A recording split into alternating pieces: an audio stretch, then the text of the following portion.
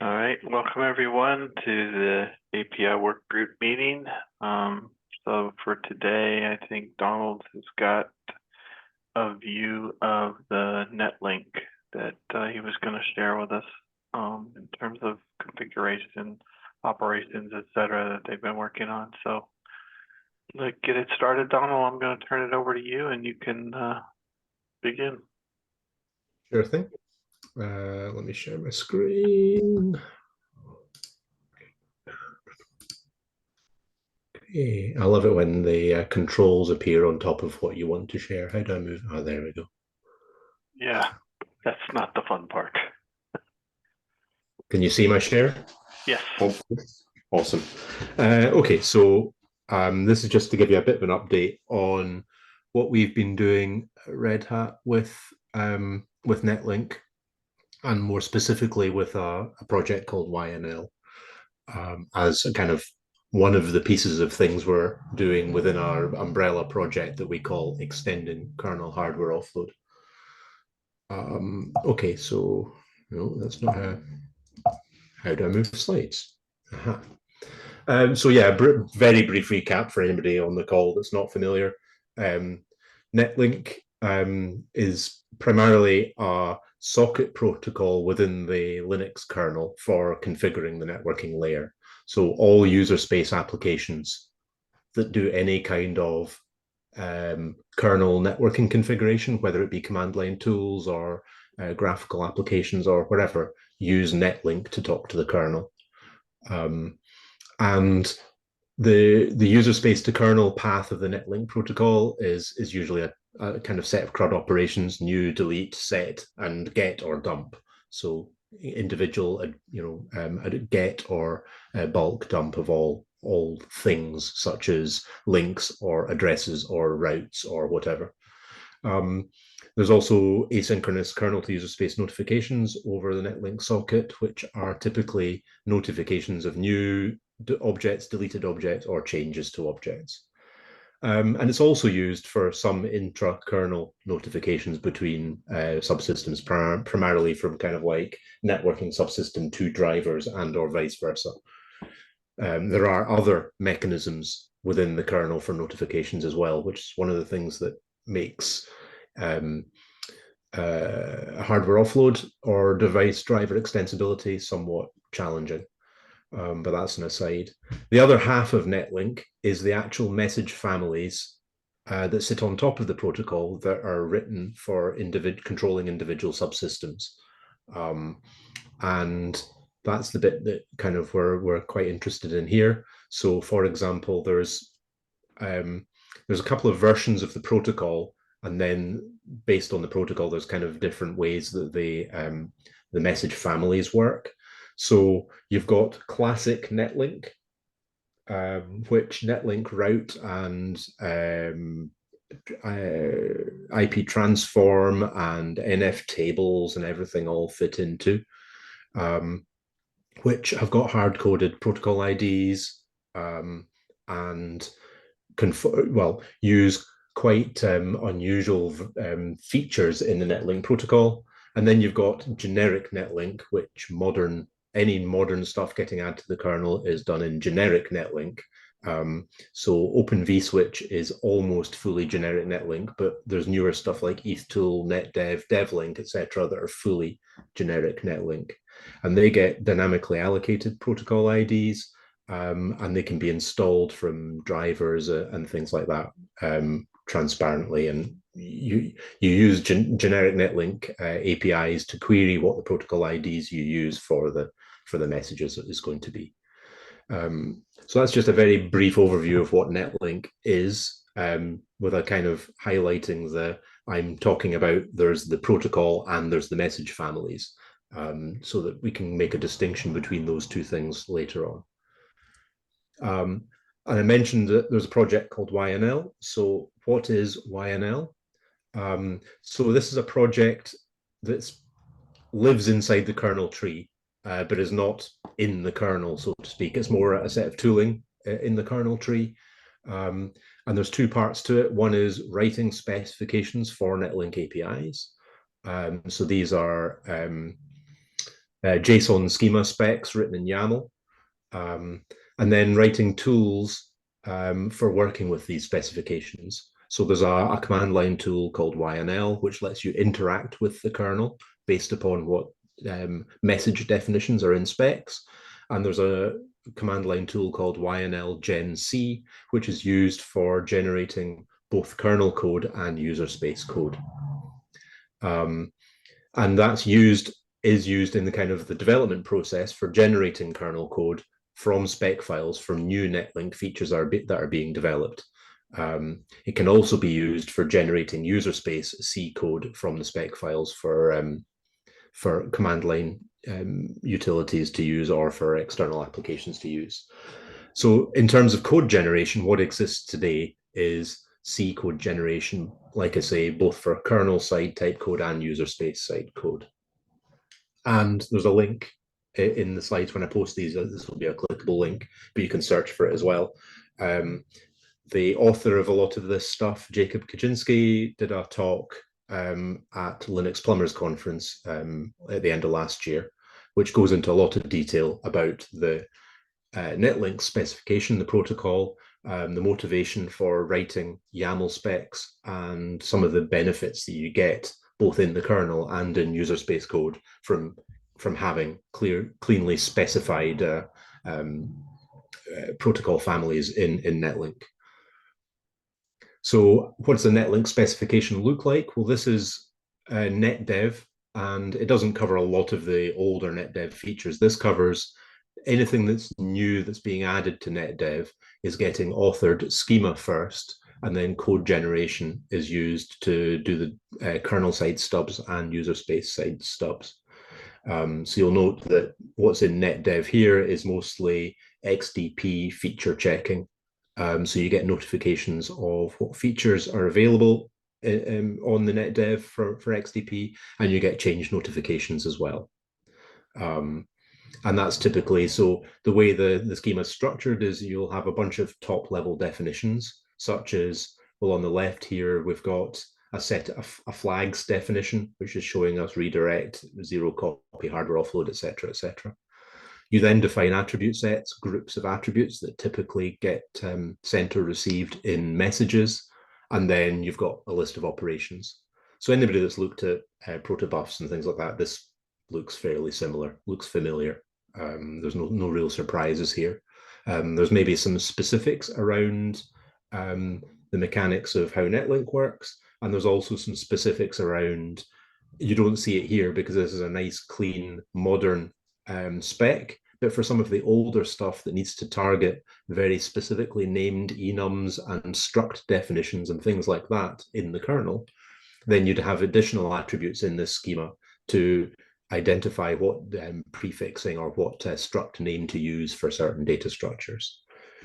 If you're doing something new, you write the schema, you generate the code, and you use the structure names that are given to you. So you won't see those kind of things in a relatively new schema.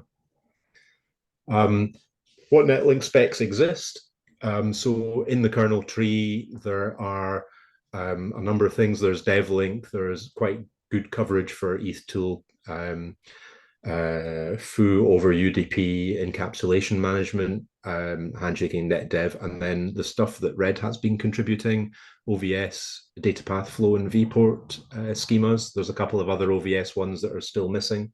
And our first step at doing all of the netlink route schemas, so address, link, and route. And there's also drafts in progress for TC Flower and NetFilter as well. So as I mentioned before, but just kind of going into a bit more detail, these all get upstreamed into the kernel tree. New features are being developed spec first. So the developer will write a spec in YAML, then they'll use YNL Gen C to actually produce the kernel side stubs and link them into their module or driver. There's less the kernel motivation. side. I'm sorry, Donald. The kernel side stubs, are they generated in C code? Yes, Okay. in the kernel's specific, Right. Okay.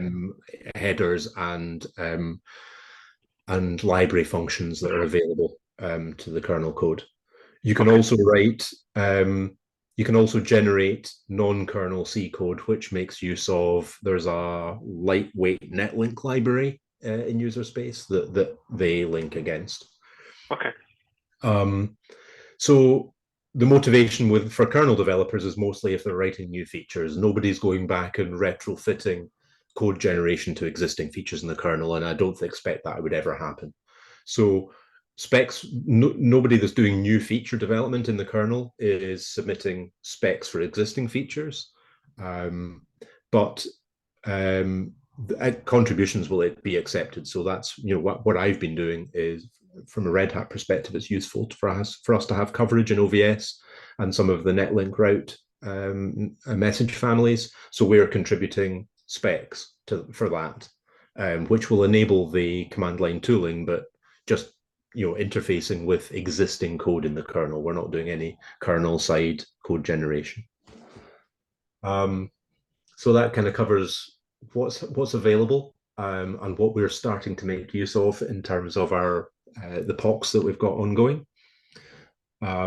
So from how you might use YNL, you can use it from the command line. You can try it out. So you don't need to build a special kernel for this, because you're just talking netlink to the kernel, and the kernel can already talk netlink. So you can pull the latest version of the kernel source tree and just use this command line tool against whatever kernel you've got running. And you can run it directly. So for example, there in the kernel source tree, I'm just running the YNL command line tool, naming the spec I want to use, and saying what command I want to run and what parameters I want to give that command. And it gives me output. I can call create operations, I can call delete operations, and I can dump output.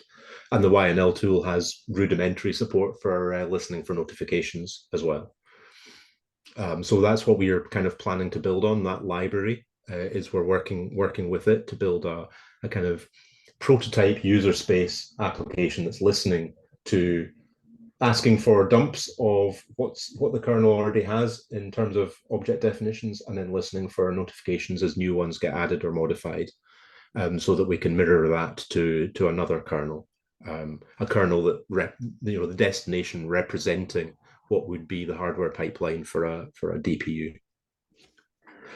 So just a quick recap. We shared these slides a few months ago, I think, or a couple of months ago, and they're in the OPI API repository. But this slide's just a recap of how we would use Netlink to do out-of-band programming. So where we're listening for messages, performing some kind of transformation on those messages, and then using user space libraries to do out-of-band programming to a hardware pipeline. And just stepping forward, so what that means from the kind of POC work we're doing just now, just a slight variation of the diagram showing we're actually talking kernel to kernel here, because it's easy to POC. It's a lot harder to get to do anything with actual hardware pipelines, so we're not doing that in the POC work. And what we're looking to do is do selective offloading. So in other words, receive notifications from the kernel, and then decide which subset of those we want to try and offload, and do any transforms to what the messages say to map to the resources that are in the destination that would do the offloading, and then push that config to the target. And this is all about validating the feasibility and the challenges of mirroring state from the kernel to the hardware pipeline, all running within an XPU. So this is really targeted at kind of the low-level programming APIs rather than the any abstract intent-based APIs. Okay. Yeah, so this is the lower level API that you'd use to interface from kernel to kernel to get the information for the offloading put in place, versus how we want to do configuration or capabilities reporting or anything else at the higher level API. Okay. Yeah. So, and really, I guess what we're trying to do here with this POC is try and answer a couple of questions. So what we're doing, just to recap, is using YNL to mirror networking state from kernel to kernel, simulating as if we were doing kernel to hardware. And for the purpose of this POC, we're using both Netlink specs and protocol. And what we're trying to validate is that that this is viable from a selectively offloading and falling back to kernel data path. And in plenty components do it this way already, so that's kind of a should be straightforward to validate. The other part that's slightly more challenging, I suppose, is maintaining compatibility with user space. This is where we've got an interest in the lower level APIs rather than an abstract intent-based API. Is user space programs the Linux kernel exactly as it did before, but there's potential for offloads to happen where they weren't before without having to actually have the user space applications have plugins developed for specific user space APIs. So validating that we can do some stuff transparently to user space. And really, I guess the outcomes we'd expect from this is that whether we identify bugs and feature gaps in Netlink that make this challenging, some of the semantics of Netlinks may make this challenging, and also just, well, is the result of offloading actually that the meaning or the semantics of what's happening in the network layer are sufficiently different that an application would need visibility of it anyway? So we're trying to answer some of those questions. And validate coverage and things like that with Netlink.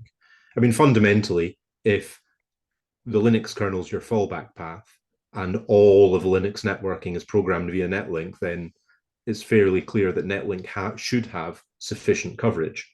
Where we're likely to see bugs, I guess, is missing notifications on change events and things like that, where people have maybe not noticed because they're not trying to high fidelity mirror state, for example, then there might be bugs or issues and that kind of thing.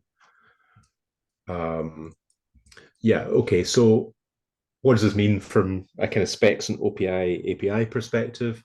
So the specs, provide a good machine readable and human readable definition of the protocol families, which is a huge step forward from having to read through Linux kernel header files and kind of reverse engineer the structure of those messages, which is what's typically had to be done in the past. And in fact, for me developing some of these specs, that's exactly what I'm doing. There's massive improvement in potential for code generation because, we've got these machine readable scripts, we've got a set of YNL libraries that could be extended to do any kind of code gen that we might find useful. So transforming to other schema formats, so we could, maybe use it as a base definition for protobufs or whatever is appropriate for OPI API. And there's potential for reusing the message specification more directly, but with other transport protocols. So, messages over gRPC or whatever. So we can think of it as kind of two separate things. There's Netlink, which may be, if we're trying to do things transparently with a kernel, then listening and talking Netlink is useful. But if what we're trying to do is leverage the message families and the understanding of all of the attributes and semantics of configuration, then maybe just the message families are interesting rather than the protocol itself. And either way, the tooling kind of opens up both to us and makes it possible to reuse them for our own ends, I guess. So this was kind of like pushing the Netlink messages up into the API itself at the abstract level, or is it thinking it through from a translation, or both? But maybe the both. Yeah, probably more from a translation perspective. Yeah. Okay. We did a bit of work several months ago to evaluate OpenConfig. Right. And OpenConfig's not a great fit for the Linux stack. There's huge gaps apart from anything else. OpenConfig is better suited to your more traditional config-based routers and switches, and the specific config abstractions that they work to. And it's frustrating, but OpenConfig took one particular style of netconf programming, and IETF took a slightly different style of netconf programming, and the two aren't hugely interchangeable. And you'd want, if you were doing anything based on OpenConfig or IETF netconf, you'd probably just use both of them as a source of inspiration. And really, to an extent, the netlink message families serve as that as well. It's a definitive guide of all of the attributes that are involved in Linux kernel data path programming. And if you've got kernel as your backup or fallback path, then for 100% feature coverage, you're going to need all of what's in netlink. If you selectively offload, then you can pick off pieces and implement potentially gradually with targeting your most important use cases first. And we either do something directly or we use it as inspiration, and it's useful inspiration because, like I say, it's got kind of like broad coverage. Yeah, I would agree. Using it as a reference and help to define what the API needs to look like is probably the better choices across all of those. Okay.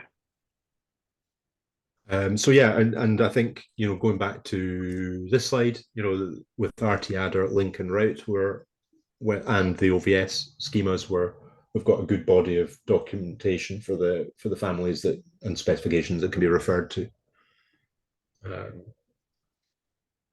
So I'll share them more, or links to that more directly, and put it into the OPI API repo after this. Sounds good. Yeah, that'd be great. Thank you.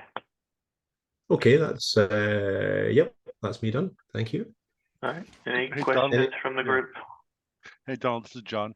I'm trying to understand where is the netlink you're proposing would talk to the Linux kernel on the DPU, which would then talk to the, however the vendor's programming their smart switch. So going to this diagram, yeah, what we're kind of proposing is if you've got an XPU that is has a kernel running in the general purpose compute as the fallback path, then that's the kernel you want to listen to its net notifications, and you want to program the hardware pipeline. So you'd listen netlink, and then whatever your user space applications libraries need to be to do the out of band hardware pipeline programming. So this, speaking to a couple of the vendors, this is almost exactly what they have in mind in terms of the kernel is the fallback path, and for the things that the hardware pipeline can support, they want to offload to it. So they need to program the kernel and the hardware pipeline in tandem, so to speak. So that's really the use case that this supports. What we're kind of doing just for the purpose of the talk is we're talking to the XPU or the DPU kernel, or a kernel that represents that represents the hardware pipeline, because we're not working with hardware. We don't have any hardware to work with. So we're just kind of virtually, as I think I showed in this one, virtually we're doing kernel to kernel to simulate kernel to hardware, if that makes sense. Yeah, I'm just trying to wrap my head around, we've done some DPU programming. I'm just trying to map this to how we'd make it work. Because most of the programming is actually in it's calling the smart switch from the DPU kernel.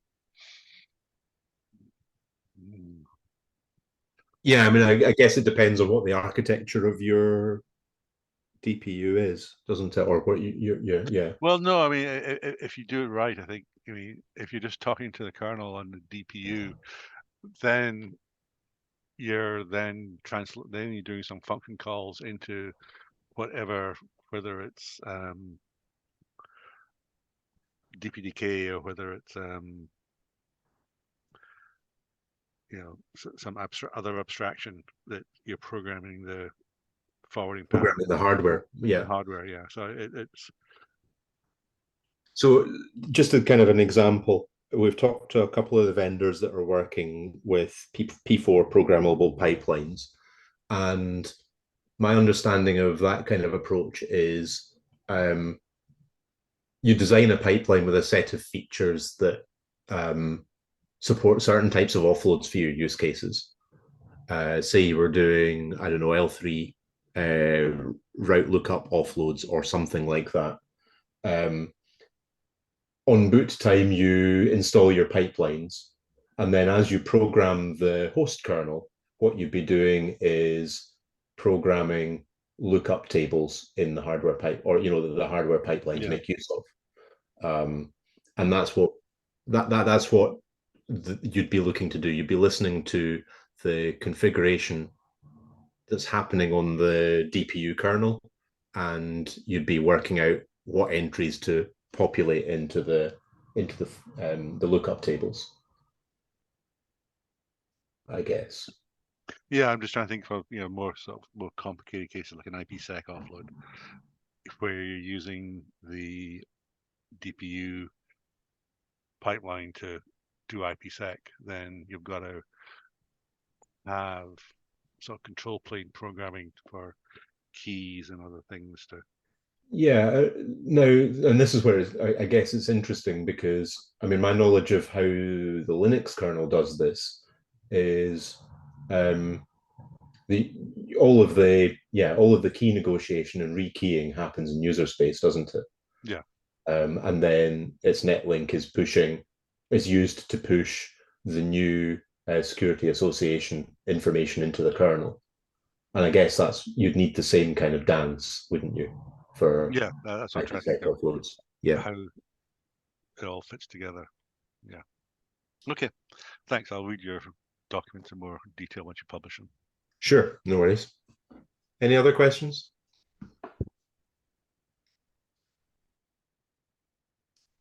Awesome. Thank you for listening. All right. Thank you, Donald. That's good. Good information. Yeah, let us know when you publish it. We'll get it posted, or if you wanted to send it out in the Slack, I can post it up also. Either way. Yeah, I should be able to. I'll send a PR when I get a chance. Sounds good. All right. Any other topics that we want to cover today with a smaller group? If not, we'll give everybody back almost 30 minutes of their day, and we will pick up